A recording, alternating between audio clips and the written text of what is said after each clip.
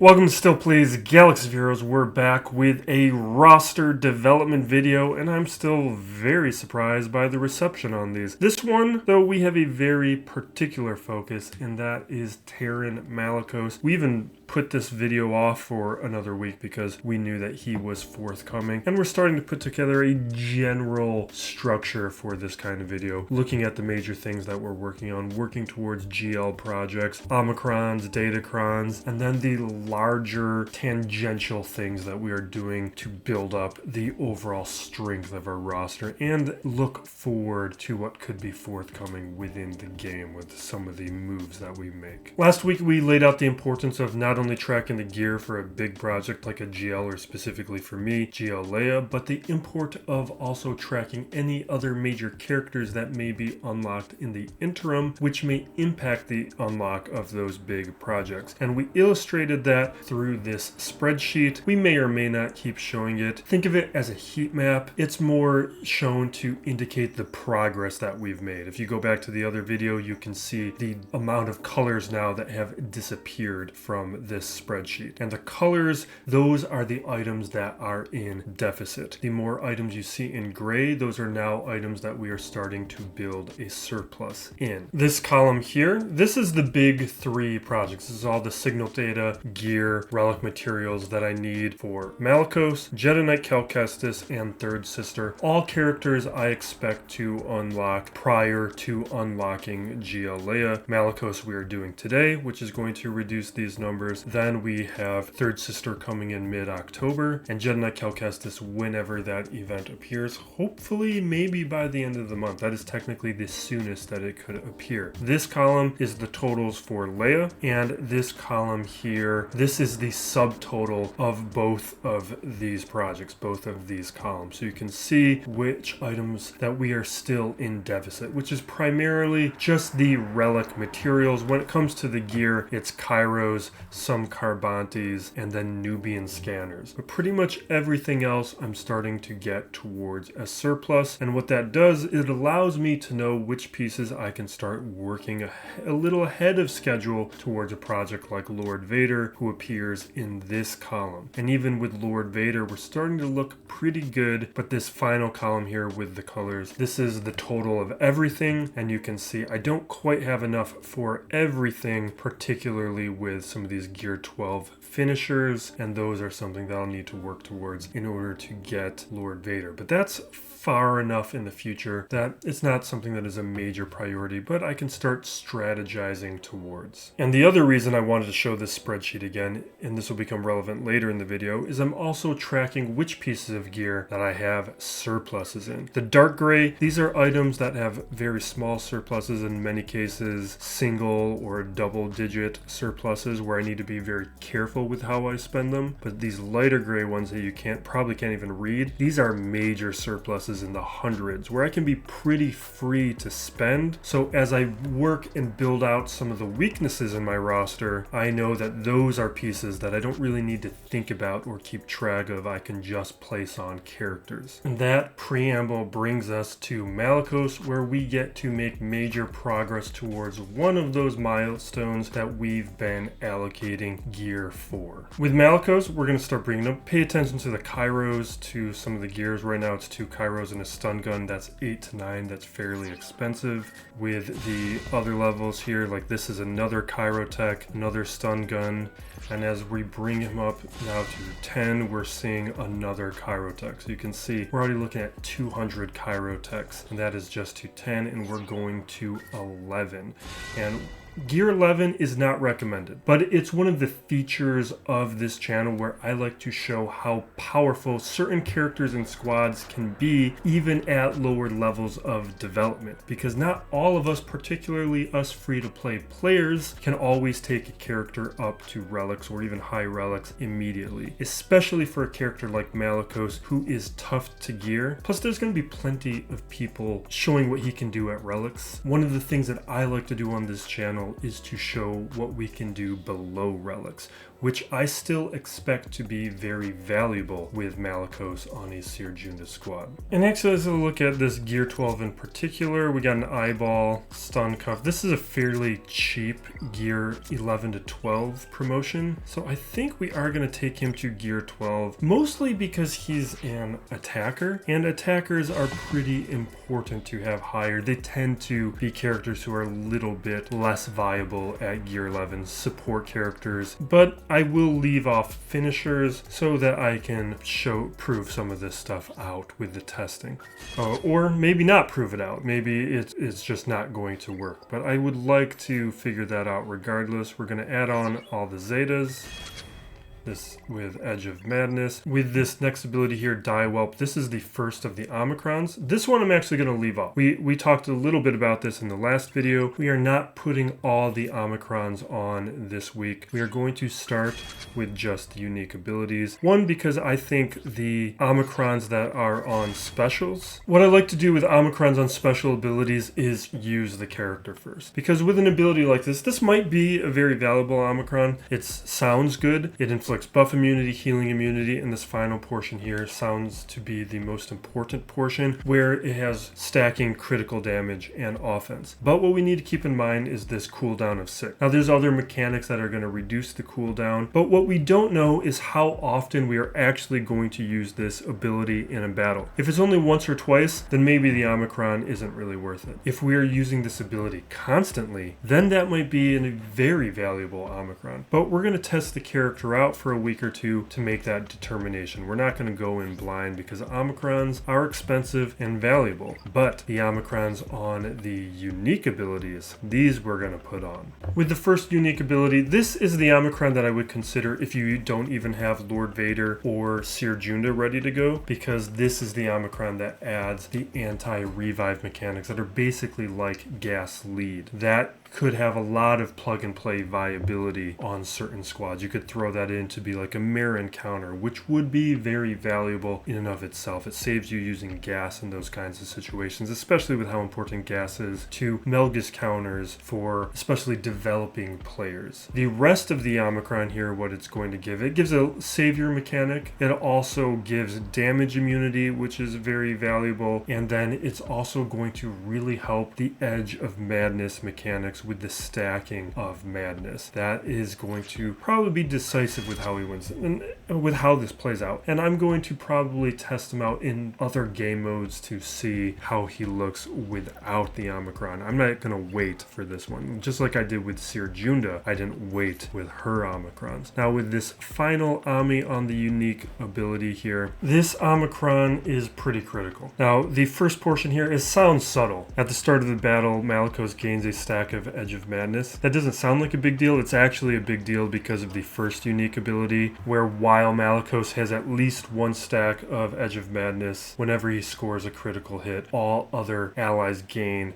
stacking crit damage and offense. This Omicron allows that to happen, allows for the immediate stacking of the crit damage and offense, which otherwise would need to take a turn or a couple turns before the Edge of Madness stacks to start triggering that. On top of that, there is a bunch of stat boosts to Malicos with health and mastery, but the biggest portion here to me is this protection up trigger. Whenever he attacks out of turn, he gains protection up. He's going to be attacking out of turn a lot, and you're going to want to utilize that, because that protection up basically means to me, at least the way that I'm interpreting it, is he's going to have a lot of functionality like Nest. That's what this Omicron does. This turns Malicos into Nest. The other thing that I want to emphasize here, in case you guys don't know, you want to mod him to be slow. Like if you look at my mods, I'm trying to have no speed or minimal speed. There's some nuances here. You might want to have some speed in order to affect turn order. There is going to be an optimal character to have to go first on a Searjunda squad. That I think is going to take a little bit of testing to determine that out. If it's going to be Cal with persistence, or Searjunda with her one-shot ability, or even Malicos, who you want to actually take the first turn. We'll take him to relics in a week or two, but we'll do that testing. And one of the things that I do do want to emphasize here is just the Serjunda squad is awesome at Gear 11, even at 3 stars with Serjunda and Cal Kestis. That squad is amazing and one of my most recommended squads. She's an amazing character, one that no player really should be delaying. Even if you can't take her to Gear 11, that Omicron is so powerful that you might want to consider putting some resources on her. It will at least punch up. Maybe it's not going to be viable at the highest ends, but it's going to be at least usable. And at 3 stars Gear 11, she can counter a number of relic squads. Now, the next major piece of roster development we're going to work on is, of course, Leia. And we are not going to specifically work on Lobot, Akbar, Chirpa, or Wicket, because those are characters who aren't going to give us any tangible benefit in the short term. So those resources are better kept for Jenna Cal Kestis or Third Sister, or until we have built up a surplus where I feel comfortable spending them. Right now I don't, because we're looking at some pretty small numbers for a lot of them. What we can do, as you can see, is Rex, Nisa, they can be starred up. We're going to go with that. I was hoping to have a little bit more progress, but this is good enough for now. We will promote him to 6 stars. As you can see, we're pretty close now to a 7-star Rex. By next week, we will have him finished. Only 16 more shards to go. Princess Nisa, we've done pretty well too. We're getting to 5 stars, almost to 6 stars. And that's really been because of the web store right now has that very valuable pack that has helped this farm along, where we only have 30 more shards to go. And without that web store pack, we'd need a lot more progress. And one item that we delayed last week because we wanted to wait for Malicos is Captain Drogon. He was added to the game, and I usually take characters up to Gear 11 immediately. I held off, left him at Gear 8, didn't touch any of the Zetas, any of the Omegas, because I like to do that stuff in videos with a Drogon Gear 8 stun guns. I did a gear review. I don't remember offhand what it was, but I don't think it was bad, but I don't recall specifically. It looks like a couple more stun guns, some cheap pieces here at 9. At Gear 10 is to still... Oh, here's the first Chirotech. Maybe not the first one. Maybe we overlooked one. But there is a Chirotech at Gear 10. And we will be stopping at Gear 11 where there are 2 more Chirotechs. But we will put on these other pieces here that are not Chirotechs. You can see like Mark 6 Thermals. I'm basically done in game. There's nobody left who needs these. I might have to buy them from time to time when new characters get added, but it's one of the nice features of building out a lot of your roster is you get a better sense of what gear pieces you actually need or don't need. This is going to be important to Leia. I'm actually going to hold off on this one. This is not really going to, at least I don't think, is going to be relevant until we get Leia. So that's a way to save a Zeta. Yeah, the basic ability Zeta needs a rebel tank as the leader. Obviously that's Leia, and there's nobody really viable in the interim, so we're not touching it. The other Zeta though, this is Keen Stratagem. That is critical to his functionality. He's not going to work without it, so we are going to place this one on right now. Although we are getting low in Zetas, where we are about to fall below. And this one we're going to hold off on. I'll revisit it later, but him being really more important for Leia, I don't think it's one that I'm going to place right now. I'd also need to just reread it. And plus I like to, when I can, I like to test characters, do A/B testing, test one without, then test them with it. Actually, you know what I think we are going to do while we're here is let's add a relic level to Luke, because Luke is a highly valuable character who is not going to be hurt by having higher relics. It's going to help me out, and we have enough resources where I don't really need to feel like this is impacting anything. I don't know if I'm going to take him to Relic 7 yet. You know what? Why not? Let's just do it. Yeah, Relic 7 on Luke, that's going to be a net benefit, and then we can move on and not think about it.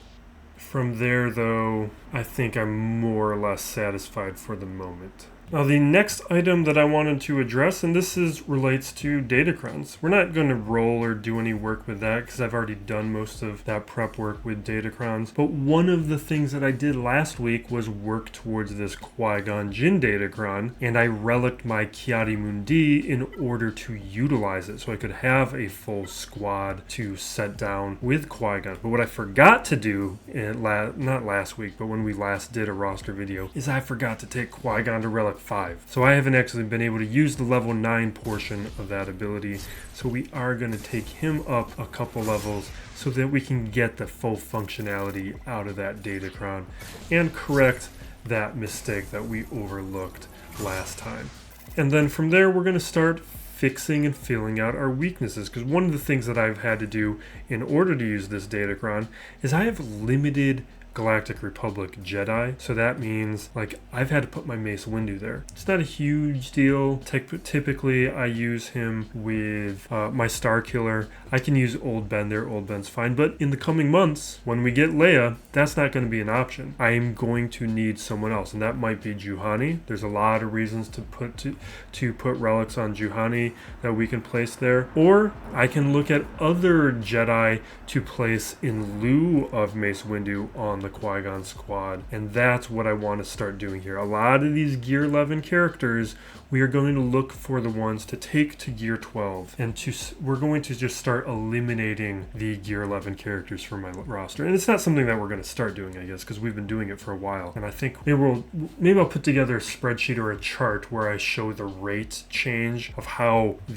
this like massive amount of Gear 11 characters that I have on my roster, how they're being converted now into Gear 12 characters. Like here's how things like that. I have a single character who's not activated, who's not at Gear 11. Everyone else is Gear 11 minimum. Talked about this a lot. It means they're usable in any game mode, or not any game mode, they're not usable in territory battles, but they're usable in Conquest, Grand Arena, Galactic Challenges. They all help, they're all usable, and the biggest reason I've done that is it's cheap to do, relatively speaking, and it maximizes flexibility. It means I can take advantage of a lot of characters and squads as they are added to the game. It means my Lobot was ready to go for testing. It means that like Scout Trooper, as soon as he shows up, or Nisa, as soon as she shows up, we can start using and testing these teams out immediately without having to do anything additional. But what that means in practice is some of these teams that I actually throw down on defense, I want to take these characters from Gear 11 to Gear 12. Now we're not going to do it with Zori because she needs Kairos, and I'm just not going to put Kairos on, but a squad like Mon Mothma and these Rebel fighters, these are characters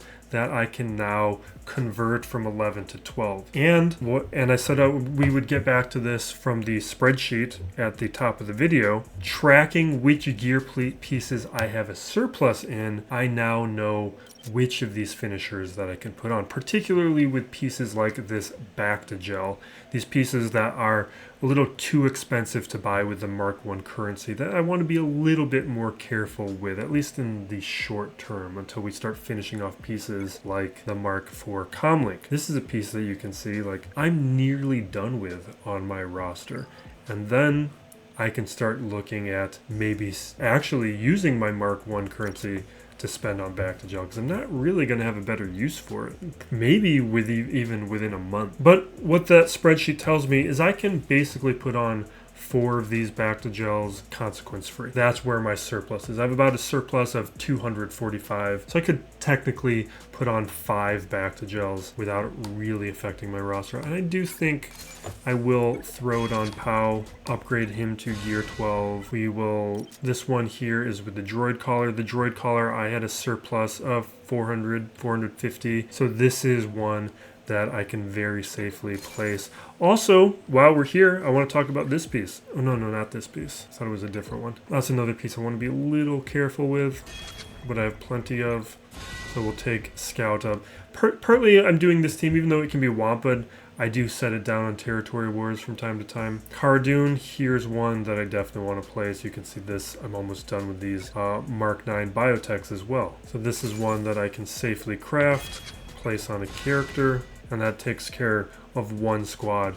Just all of these like softer edges we can start rounding out and strengthen any of the soft spots. But here's what I want to, one character I want to address is Barriss. This is one of those potential Jedi characters that I could bring to Relics instead of having to use my Mace Windu on a Qui-Gon squad. Now, obviously we're not going to take her to Relics right now, but we can afford to very easily and safely bring her up to Gear 12. This is what, yeah, we're never going to use her as a leader, so I'm not going to put that down, not that it matters. I'm going to leave this off for now. There's a video I want to do about Omegas. It's just, she's not an attacker. That Omega, who cares about 15% damage? It doesn't do anything. Not that I don't have plenty of Omegas. And here's the same deal.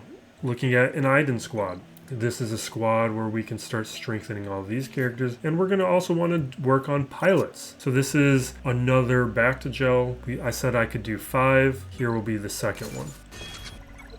And then that gives us 3 more back to gels we can apply. Let's take a look at Magma, Range Trooper, what they need to have. Yeah, this is a piece that I need a lot of. You can see, especially as characters convert from 11 to 12, we might see that I need even more because they are part of finishers. But we will place this one on, because this is the position that my roster is in. With Range Trooper, it's another back to gel. You know what? I'll do Range Trooper. So that's 3. I can afford to put down another 2. And I think the next 2 I'm going to be a little bit more careful on, a little bit more decisive. Because some of these squads aren't a big, like an Iden squad, especially on defenses in Kyber 2 these days, is next to useless. At Relics though, she can be very valuable. You know what? I've been you know what, I might just do it. With bayonets, like, where am I with the bayonets? This is what the spreadsheet is valuable for. I actually don't have a big surplus, and that's why I haven't put them on, so I'm actually not going to put on the bayonets onto Iden. So, like, that's the thing, like, some people ask me, why do I have the spreadsheet when Hot Utils shows a lot of the same information? What it doesn't always let me know is what it might tell me how much of a piece that I need to have. What it might not tell me is what pieces can I not afford to spend on other things. The other reason why I worked on like Iden and these troopers is we're also trying to work towards the next raid. So any character that is going to be part of that Endor raid it is helping us work in advance and prepare in advance for what is going to happen next. Whereas some of these other characters, these are characters who aren't going to apply. They're not going to help out too much. Although L3, because I want to do a little bit of Lobot testing, this is a character we're going to do. And it is a piece that I can very safely spend right now. So that is a piece I will put on. Also helps out a pilot. And I don't care about that defense down chance. Kira and Young Hondo are going to have to wait and hang out for now. Let me look at some of these offensive teams that I have in my presets. These are Chirotechs on the Resistance Heroes. Those aren't going to be placed right now. Night Sisters, I do not want to take any higher. I'd even bring like character like Telsing lower if I could. These characters I find Omega. This is a character I will take up. It is a back to gel. I'm gonna do it anyway. Actually, from this view here, I can see which other characters. Kira, Ezra, Chirrut. Kanan is a character I'll probably add a back to gel to. That's probably fairly safe. And probably just that. I think we'll do those 2 characters. So Omega will get one. Take her up to Gear 12. That rounds out that squad. Ewoks, I don't know. I mean, we can look at it, because Ewoks are part of the raid. Raid will do this. Here's what I want. This is a piece I want to talk about. This is my single favorite piece to request donations for right now. Because this piece, and I will do this, that piece, this is just as expensive as the back to gel, the Mark 6 droid collar. Some of those pieces that you don't want to use Mark 1 currency for. But what's nice about this piece is it's not very much in demand. You don't really need to have too much for it.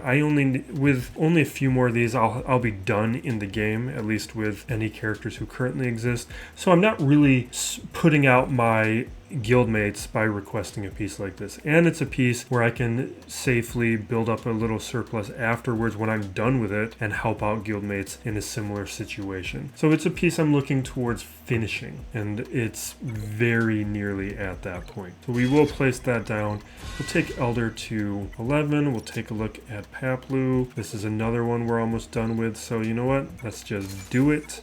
Although I think that piece here I actually do need to be careful with. Which piece was it? Okay, no. We're safe. That was the same piece.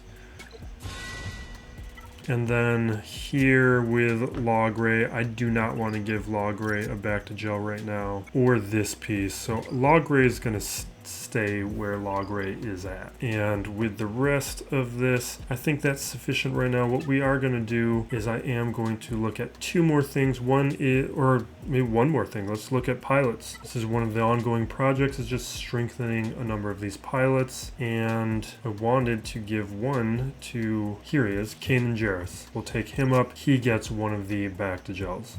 And actually, this is, or not this piece, this is a piece I actually need to be pretty careful with, but that's more affordable with Mark 1 currency. So that brings him to gear 12, and then we'll have a few other pilots to consider.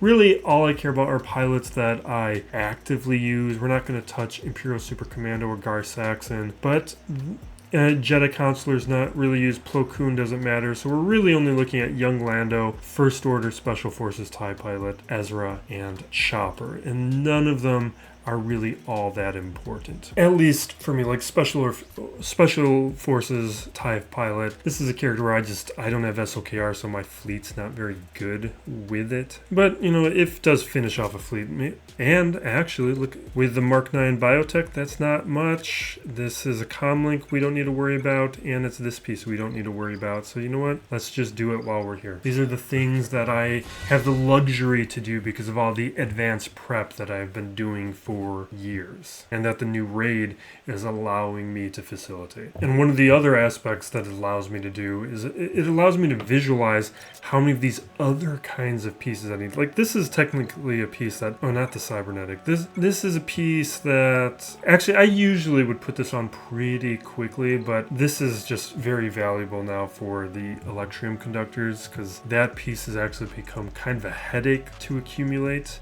just because now that it's easier to take characters up to gear 12, that means it's easier to relic, which means this kind of piece has way more pressure on it than it had at previous stages of the game. Like, had I shown what this looked like before I relicked up, it wasn't that many characters. Actually, even the last couple videos, like most of these characters I have brought up to gear 12 in the past couple weeks. So I think we may be wrapping it up right now. The only other thing I want to check is I have this old list of squads that are just keeping track of characters I would like to take higher, which really needs to get updated, but really Ezra is the only one pending that I haven't looked at, and I don't want to give him a back to gel right now, and he's not. Oh, well, I don't want to touch him right now. Yeah, I think that's good. The only thing remaining that I even kind of want to consider is like Sheridan Bays for some Saw Gerrera, possibly even some Drogon testing. Let's actually look at it while we're here, because okay, we got a Mark 9 biotech, which 4 characters, and we have 5.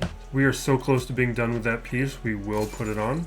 This is the piece that said I wasn't going to put any more on, and we're going to hold to that. Those are characters we're actively working on. Bodhi, this is I think I'm close. I could almost put that on. There's no reason to do any of this right now. Let's not get distracted. And here, Mark 6 droid collar. I already lost track of how many of these I'm allowed to spend right now. But it actually looks like I could be pretty safe in spending it, because there is not that many characters left in the game who need it. And the most important part about this piece is it's not part of any Gear 12 piece. It's not part of any of those pieces I need for relics. This is only to get people to Gear 12. That's, you know what, I'm going to put it on, because that piece is not a big deal. And we will wrap it up there. And these are the kinds of things that you can even do as a free-to-play player, because I am free-to-play. I have been playing probably longer than a lot of you. I've been playing since Rogue One came out, but this is a project that I've been working and developing on for a couple years now, but now it's not the pain that it was when I did it, when I took a lot of these characters up to Gear 11. Now the raid makes that faster and easier than ever. But what a lot of this is going to do is when the new raid happens, I'm already ready to start testing and trying out teams on that raid at that first tier. I forget what the terms of the words are right now in the moment, but I can start using those squads immediately without having to do any prep work in the future. Like, that's one of the things that you can be doing right now. Even as you work towards other bigger things, a lot of these low gear things are side projects that you can do without affecting the big projects. And the more that you do, the more you can do, because you start finishing and eliminating the demand on a lot of gear pieces. So I absolutely advocate paying attention to some of this stuff and trying to see how much you can do. These days you can do a whole lot more than you could in the old days of the game. It's easier now than it's ever been. But we will wrap it up there. We will be back in another couple weeks to do some more roster development and to also just give a little feedback on how some of the Malicos has been looking. Maybe we'll do that in a separate video. But thank you again. Be excellent to each other, everyone. This is Still Plays Galaxy of Heroes.